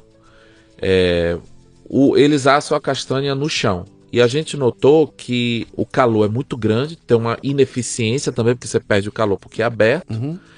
E a fumaça vem direto neles. E o caju, a castanha do caju tem uma resina que solta, que essa resina, ela tira as impressões digitais de quem trabalha com ela. Então, os moradores desse povoado têm dificuldade para votar porque eles não conseguem ter a leitura do dedo, a leitura biométrica. Então, e esse óleo vai direto no chão, essa resina vai direto no solo. Então, nós desafiamos o departamento de engenharia para construir um forno que fosse eficiente do ponto de vista calorífico, tivesse uma chaminé que protegesse a fumaça e que pudesse recolher o óleo. Porque esse óleo pode ser vendido como biodiesel ou pode ser vendido para a indústria farmacêutica. Aí foi até engraçado que quando eu fui apresentar para eles, o primeiro protótipo que eles mostraram para a gente custava $500. R$1.500 para isso é uma, né? Disse, não, gente, não, tá errado isso, olha. Vocês têm que fazer isso de sucata e não pode custar mais de $100, porque eles têm que poder comprar. Pois eles conseguiram construir o forno por $75. Demorou 1 ano para eles conseguirem desenvolver esse forno. E hoje nós temos 3 lá. E conseguimos investidores na região para financiar esses fornos como microcrédito para as 40 famílias que precisam desses fornos lá. Isso é uma das coisas. Outro, o departamento de negócios, esse time eu sou mais envolvido, nós desenvolvemos uma marca, uma embalagem, tudo para o mercado norte-americano. Conseguimos o apoio do Sebrae aqui para conseguirem as licenças de exportação e estamos conseguindo as licenças de importação lá para que eles consigam um preço melhor, entendeu, para a comunidade. Tem uma cooperativa lá, alguma coisa assim? Existe uma cooperativa lá, sim. é uma cooperativa. E esses estudantes vêm com o projeto embaixo do braço e Isso. participam da implementação aqui. Aqui, entendeu? Eles estão lá agora. Então, por isso que eu dei um pulo aqui. Sim. Eles estão lá há 3 semanas e meia. Eles vão embora agora no domingo. Eles vêm para cá para passar um mês. E de repente eles veem acontecer aquilo que o moleque pensou numa prancheta lá em Oklahoma. Ele vê realidade ali na frente dele sendo aplicado. Imagina você poder aprender fazendo Sim, e mudando a história de uma comunidade. sim. Nos alunos isso tem um impacto assim. E isso para o currículo fenomenal. deles é experiência real de vida. Olha, falando nisso, uma aluna que participou no primeiro ano, ela terminou, ela se formou em marketing e ela resolveu se inscrever para o MBA na Thunderbird. E a Thunderbird, no Arizona, é considerado o melhor mestrado em negócios internacionais do mundo. Mas ela não era uma aluna academicamente brilhante. No processo de entrevista, ela contou o que ela fez. E ela foi aceita por causa disso. Essa experiência. Por causa com a dessa comunidade experiência. aqui. Sim. Porque imagina, você pega o seu conhecimento em um país, aplicar numa comunidade, num outro país, para mudar a realidade daquela comunidade com o seu conhecimento. Isso tem um significado muito forte. Como é que você. Essas coisas não acontecem do nada, né? Você não chega na comunidade, bate na porta e fala, vim aqui e vou trazer ajuda para vocês. Tem todo um processo e tem uma política envolvida nessa história toda. Como é que você venceu essa barreira da política? Deixa antes de você responder, eu vou te contar outro case meu. Trabalho na Dana, a Volkswagen me procura, a Fundação Volkswagen, para eu ir lá fazer um evento com eles e participar junto deles de um projeto, que era um projeto que é o seguinte, os caras pegaram um holandês, que eu não sei de onde é que veio a história, era da Europa, alguma coisa lá dos países nórdicos, esse cara desenvolveu um modelo de uma bomba de água. Nesse jeitinho, uma bomba de água barata, com um modelinho super simples, custava, se eu não me engano, R$600 na época, a bomba d'água, que você podia implementar numa comunidade que tem um buraco no chão que puxa num baldinho, a bomba vai lá em cima e aquela bomba com o cara girando na mão uma roda, aquilo vira automático, tira água e aquilo muda a história, muda a vida daquela comunidade. E a fundação encampou esse projeto e pedia, chamou assim um fornecedor como nós, falou o seguinte, olha, eu gostaria que você pegasse esse projeto e encampasse conosco e que você pedisse para os seus fornecedores também encampassem. E a ideia é que seja padrinho de uma bomba, seja padrinho de 30% de uma bomba. E na cabeça deles, ele me chama, eu vou lá. Se eu tenho 100 fornecedores, eu consigo que 30 padrinhem, tem 30 bombas. E tem 1.000 bombas e 2.000 bombas. Quer dizer, do ponto de vista do conceito, é maravilhoso o projeto, né? Pô, vamos lá, cara, vamos fazer. E a gente foi e fizemos 50 bombas, aquela história toda. E aí fui uma vez fazer uma reunião com eles. E conversando com eles, a maior dificuldade que eles tinham lá era conseguir implementar a bomba na região, porque havia intermediários entre a comunidade e eles que tinham interesses políticos, tinham partidos políticos envolvidos. O cara que ia deixar botar bomba era o cara que ia ganhar voto na região. E falou, cara, é o inferno. A gente não pode simplesmente chegar lá e botar bomba ali. Para botar bomba eu tenho uma interferência política que muitas vezes a bomba não vai lá. O cara não deixa aí numa região porque ela vai dar volta para outro. E falou, nós temos um baita problema, uma dificuldade gigantesca de entregar isso que nós temos na mão aqui, porque tem uma interferência política no meio do caminho. Onde é que você teve que bater para vencer uma barreira dessa, cara? Olha, você talvez não vai nem acreditar nessa história, mas é engraçado. Eu te falei que eu dava aula de direito, né? E aí, quando eu estava dando aula de direito, a universidade que eu dava aula, uma universidade privada lá em Aracaju, abriu uma filial em Itabaiana, onde fica esse povoado. Abriu em Itabaiana e pediram: Bruno, dá para você dar aula de direito para o curso de administração? Tá, beleza. Então, em 2004, 2005, 2006, eu dei aula lá em Itabaiana e dei aula de direito. E eu me relacionava muito bem com os alunos. Muito bem com os alunos. Passa o tempo, eu estou na universidade, lá nos Estados Unidos. Quando eu venho fazer esse projeto, o prefeito Itabaiana foi um dos meus alunos. Pronto. Então, eu fui lá com ele, aí eu disse: olha, esse nosso projeto não é político, então eu não vou poder ter envolvimento. Então, como ele tinha o respeito, então eu não tive esse problema. Uhum. A outra questão é o seguinte: nós buscamos identificar quem são as lideranças no povoado. O povoado tem 1.000 pessoas. Quem são as lideranças nesse povoado? E as lideranças eram 3 pessoas. Então, toda a nossa comunicação formal com o povoado é sempre quando tem essas 3 pessoas Através das presentes. 3, sim. Então, eles veem que não existe, que a gente não está do lado de ninguém, porque todos os eventos mais importantes são sempre com essas 3 lideranças lá. E nós fizemos algo para quebrar, para conquistar a confiança da comunidade. Porque, veja só, um povoado paupérrimo, povoado pobre, aí vem um bando de gringo e diz que está lá para ajudar. Não dá para acreditar. Eles querem o nióbio. Vocês querem o nióbio, cara. não dá, Vocês não. querem pegar a riqueza que está no chão. Vocês vão montar uma cortina de fumaça e vão fazer que nem aquele prestidigitador. Enquanto você presta atenção na mão direita dele, a esquerda entra no teu bolso e rouba a sua carteira. O que nós fizemos foi o seguinte: nós pegamos o grupo e nós convidamos todas as mulheres do povoado para um centro comunitário que eles têm lá. E as meninas do grupo lavaram os pés de todas as mulheres que foram lá e fizeram as unhas delas. Foi dessa forma que a gente conquistou a confiança do povoado. Porque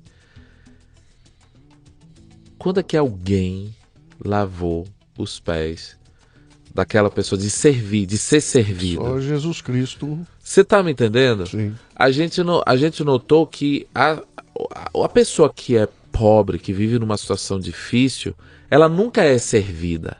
Ela é sempre para servir alguém.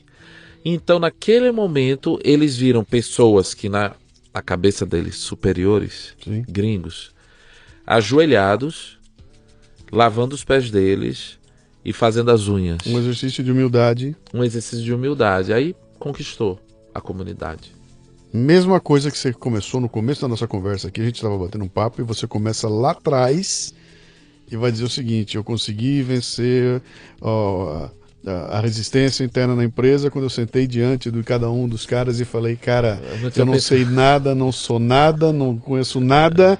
E esse exercício de humildade abre a porta para você. Eu não tinha pensado nisso, mas Bem-vindo existe essa conexão. Bem-vindo ao Leadercast. Eu não tinha pensado nisso. Aqui assim, é a mesma coisa, cara. Mesma coisa. Como é que tá esse projeto hoje?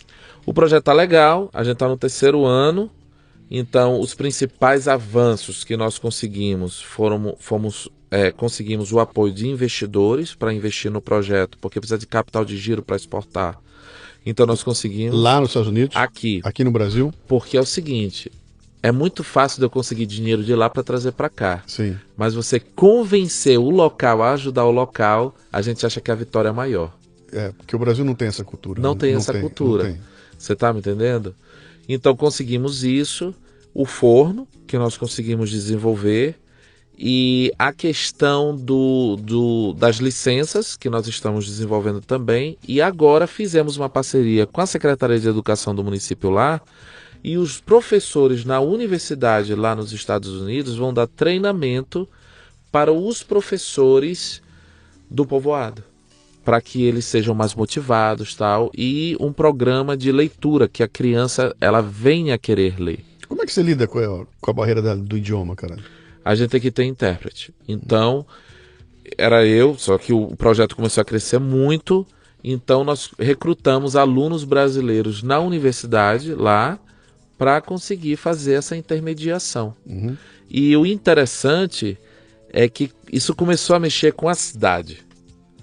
E alguns empresários disseram, mas como? Tem alguma pegadinha, tem alguma coisa. É o nióbio, cara. É o nióbio, né? porra. Eles resolveram viajar e ir lá na universidade para conhecer a nossa universidade. Então você começa a mexer, Sim, sabe? sim. Tem uma frase do presidente Theodore Roosevelt, que é uma frase muito bonita, e diz o seguinte, que as pessoas não se importam com o quanto você sabe, até que elas saibam o quanto você se importa. Exatamente. Entendeu? Então, quando as pessoas notam que você está ali para servir, as barreiras caem muito. Eu tenho uma frase do Dostoiévski também, que é uma delícia, que diz assim, o povo não quer Deus, o povo quer um milagre. Então, tá legal, eu já sei que você é Deus, já sei que você é o fodão, você é o grande cara da universidade, blá, blá, blá, blá. O que é que tem pra mim nessa história? O que vai restar pra nós aqui? O que sobra? O que vai mudar na minha vida? Quando você deixa explícito qual é o milagre, o povo vai. Entendeu? Caso contrário, só mostrar que você é o fodão não adianta. não resolve, né? Vocês estão só no Brasil? Esse projeto vai adiante? O projeto, isso foi um projeto piloto da universidade, para ver se dava certo, né? Começou a dar certo, então nós expandimos e nós começamos esse ano agora também lá no Zimbábue, na África. Então lá no Zimbábue, a condição é bem pior lá nessa localidade, né? É um banheiro para 800 pessoas na comunidade. É um banheiro para 800 pessoas. Então, 92% de desemprego. Meu Deus do céu. Então a gente tá fazendo milagre lá, tentando achar um milagre lá. A gente tá começando lá, mas a gente acredita que consegue, porque, veja só, é muito mais fácil você tirar as pessoas da pobreza do que você tirar a pobreza de dentro das pessoas. Pobreza é uma forma de pensamento. Sim, é um mindset. Sim. É um mindset. Sim. E a gente descobre, através de um questionário, tem uma pergunta que é fatal para a gente descobrir se a pobreza está dentro da pessoa. Se você perguntar para ela quais são os seus sonhos, se a resposta dela é não tenho sonhos, ela é pobre. Porque ela perdeu a esperança, ela perdeu a perspectiva. Ela tá só sobrevivendo, ela tá no auto mode, entendeu? Ela tá vendendo o almoço para comprar a janta. Então acabou toda a perspectiva para ela. Por isso que um dos títulos do programa que a gente faz, de levantar a autoestima delas, um dos programas que a gente faz é Aprendendo a Sonhar. Para que a gente consiga resgatar isso nelas e a gente consiga tirar a pobreza de dentro do mindset delas.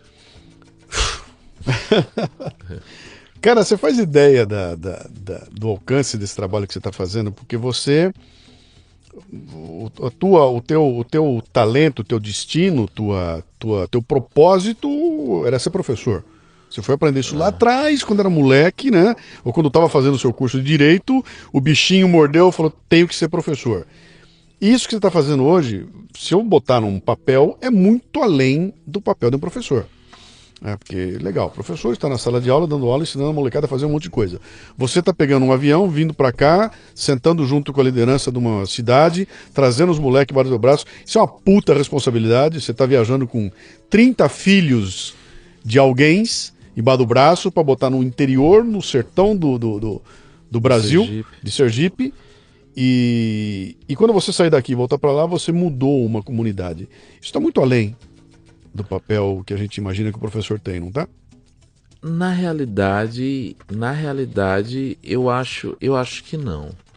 Porque, como eu te falei, eu acho que o papel do professor é trazer conhecimento e mostrar que as pessoas elas podem fazer muito mais do que elas acham que elas podem.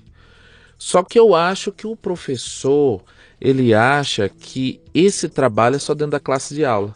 Dando conteúdo. Dando conteúdo. Poxa, se eu tenho a oportunidade de impactar, como é que eu vou deixar passar uma oportunidade em branco dessa? É um lance que todos ganham. Os alunos têm uma experiência arrebatadora, a comunidade é impactada, levanta o nome da universidade.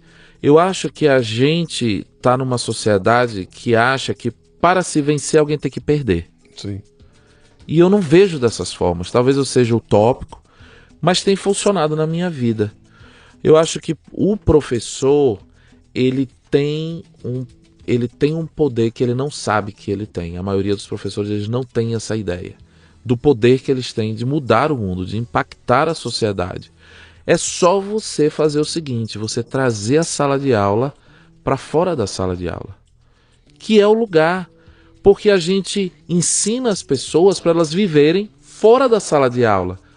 Se eu estou ensinando o meu aluno para viver fora da sala de aula, como é que eu não posso pegar a sala de aula e levar para fora da sala de aula? Então, eu acho que eu estou desempenhando o papel que os professores deveriam desempenhar por ofício. Eu acho que a maioria que não cumpre o que deveria ser cumprido. Ou você já entendeu que o teu papel é além do professor, é um educador, né? Isso é mais que um tem professor. uma diferença. É mais que um professor. É. O educador trata de questões morais, trata de colocar o cara diante da vida. Não é de dar para ele um conteúdo ou ensinar ele a aprender uma coisa que ele não sabe. Mas é criar uma postura diante da vida.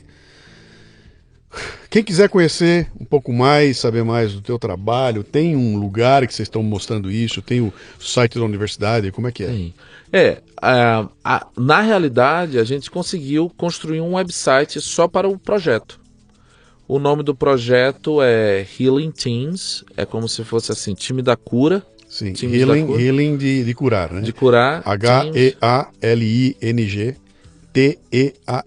de Maria. Tudo junto. Tudo junto. Healing Teams. Teams com S no final. Com S no final. .org. .org. Então, é ligado à nossa universidade lá. E o meu e-mail, se alguém tiver interesse em me contactar para alguma coisa. Cadê seu blog? Entendeu? Preciso fazer um, né? Faça. Vou fazer um. Faça. Todo mundo que vem aqui, eu bato na tecla. Bote o teu blog. Não precisa fazer nada sofisticado, só põe no ar e bota teus insights ali. Mas nada. Bate aquela fotinha, aqui estou eu com a minha foto. Põe. Porque é isso que vai ficar, cara. Isso aqui vai sobrar. Isso que vai ser o teu ponto de referência. É ali que você vai mandar a molecada. Ou então mande no Portal Café Brasil, etc e tal. Mas, né? Bote isso aí no ar, cara. Faz esse teu blog, porque isso é fundamental, bicho. O meu e-mail é B de Bruno Teles, com L só, que é o meu último nome. Então, bteles@oru.edu. Entendeu? Então, bteles@oru.edu. Legal. Então, qualquer coisa, estou aí à vontade para contactar. Se, por exemplo, uma empresa quer fazer um projeto, porque eu faço muito isso lá, como eu posso integrar uma causa social? Isso é para outra conversa. Como é que eu posso integrar uma causa social dentro do modelo de negócio de uma empresa? Entendeu? Isso é algo que a gente tem feito muito lá nos Estados Unidos. Como a Natura e o Ecos, a linha Ecos da Natura, entendeu? Isso é algo que a gente gosta muito de fazer. A gente gosta de fazer impacto. Legal. Bruno, obrigado por não perder o aço com o Brasil. Obrigado por, na primeira oportunidade, você lembrar do país aqui, continuar trazendo de volta para cá, sem precisar voltar para cá. Ou seja, você está lá, é um agente brasileiro que está lá, aproveitando a oportunidade para trazer para nós aqui e causar um impacto na região. Eu tenho certeza que um monte de gente aqui vai ficar enlouquecida quando ouvir essa história toda aqui. E, bicho, boa sorte, cara. Vai em frente, pinte mais, borde mais, avisa a gente aqui, conte mais, sabe? Manda para mim texto, tudo, que eu vou fazer questão de onde eu tiver a chance aqui de contar para todo mundo que isso tem acontecido. Beleza. Legal? Muito obrigado pela oportunidade. Obrigado, cara. Um abraço. Tá? Outro. Muito bem, termina aqui mais um Leadercast. A transcrição deste programa você encontra no www.leadercast.com.br. Para ter acesso a esta temporada completa, assine a Confraria Café Brasil no cafebrasil.top. O custo é de R$10 por mês. R$10. Mais ou menos 2 pães de queijo ou uma cerveja quente que darão a você acesso imediato a todos os arquivos desta temporada do Leadercast, para quem quiser fazer uma maratona e explodir a cabeça. acesso ao grupo Café Brasil no Telegram, que reúne ouvintes dos podcasts Café Brasil e Leadercast. É uma turma muito legal, que está lá discutindo temas importantes, compartilhando ideias e recebendo conteúdos exclusivos. Este programa chega até você como parte do projeto Café Brasil Premium, um ambiente educacional, sem ser chato nem superficial, que já conta com mais de 1.000 assinantes, recebendo todo mês conteúdos voltados ao crescimento pessoal e profissional. Conheça, meu, vale a pena. www.cafebrasilpremium.com.br.